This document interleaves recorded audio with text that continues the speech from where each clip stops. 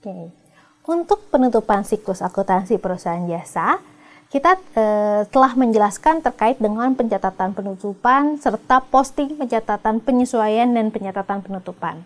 Selanjutnya, yang terakhir kita akan membahas terkait daftar saldo setelah penutupan dan juga pencatatan pembalik. Daftar saldo setelah penutupan yaitu kita lakukan setelah melakukan pencatatan penutupan. Tahap selanjutnya yaitu menyusun daftar saldo setelah penutupan atau yang biasa disebut post-closing trial balance. Nah, tujuannya apa? Tujuannya yaitu untuk memastikan bahwa buku besar telah seimbang sebelum memenuhi pencatatan periode berikutnya. Nah, daftar saldo penutupan ini juga biasanya terdiri atas perkiraan laporan posisi keuangan saja, ya, seperti aset, liabilities, dan equities. Perkiraan-perkiraan sementara seperti pendapatan, beban, dan price telah ditutup dan bersaldo nol. Nah, jadi perkiraan-perkiraan sementara seperti pendapatan, beban, dan price ini kan sudah dinolkan pada saat pencatatan jurnal penutup dengan income summary. Nah, selanjutnya kita akan menyesuaikan atau menutup saldo si perkiraan real yang terdiri dari aset, liabilitas, dan ekuitas di daftar saldo setelah penutupan ini. Nah, daftar saldo penutupan dapat dibuat dengan mengambil saldo-saldo perkiraan di buku besar setelah ayat jurnal penutup dibukukan. Nah, saldo-saldo tadi dapat diambil dari kolom laporan posisi keuangan di kertas kerja. Nah, setelah ada daftar saldo setelah penutupan, kemudian kita akan membahas terkait dengan jurnal pembalik. Nah, dalam sistem akuntansi yang menganut prinsip konsistensi, untuk menghindari kesalahan dalam pencatatan pada periode berikutnya, maka perlu dibuat ayat jurnal pembalik. Ayat jurnal pembalik adalah ayat pencatatan yang dibuat untuk membalik ayat jurnal penyesuaian tertentu yang dibuat pada periode sebelumnya.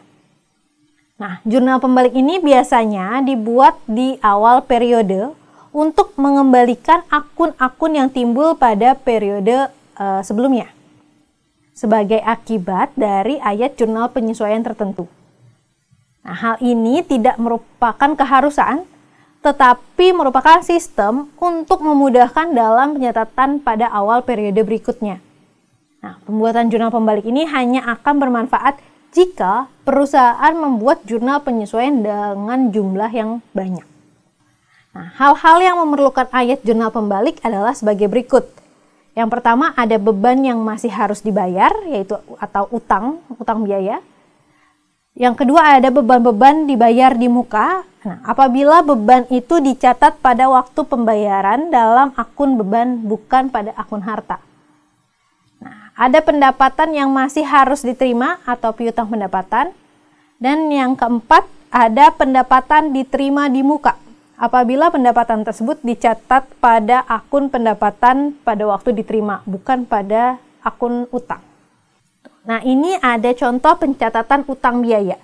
Jurnal pembaliknya yaitu utang gaji dengan beban gaji. Nah, sebelumnya kan pada jurnal umum kita jurnal yaitu beban gaji kepada kas, ya, beban gaji di debit, kas di kredit pada tanggal 2 Juli.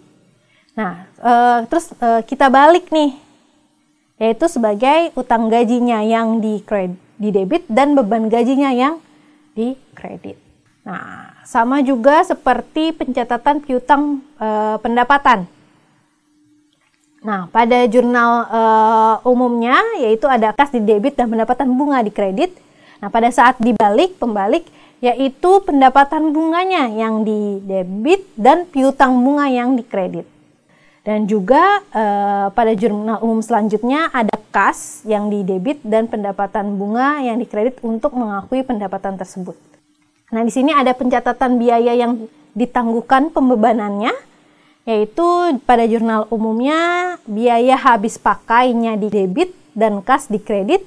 Setelah kita melakukan penyesuaian, berarti perlengkapannya yang ada di debit dan biaya habis pakainya di kredit, serta kita melakukan jurnal pembalik. atas biaya habis pakai tersebut dan perlengkapan. Nah, sehingga biaya habis pakainya di debit dan perlengkapannya di kredit. Sama juga dengan pencatatan penerimaan yang belum dapat diakui sebagai pendapatan. Nah, ini jurnal umumnya yaitu ada kas di debit dan pendapatan di kredit. Kemudian kita sesuaikan. Nah, penyesuaiannya karena tadi ini berurutan sama materi sebelumnya ya. Hanya 100.000 yang dipakai sehingga harus sisanya, selisihnya dari 1.200.000 dikurangi 100.000 yaitu 1.100.000 yang kita perlu sesuaikan. Yaitu ada pendapatan sewa di debit dan pendapatan sewa diterima di muka di kredit. Pada akhir periode untuk memulai periode berikutnya, nah itu ada pendapatan sewa diterima di mukanya di debit dan pendapatan sewa di kredit.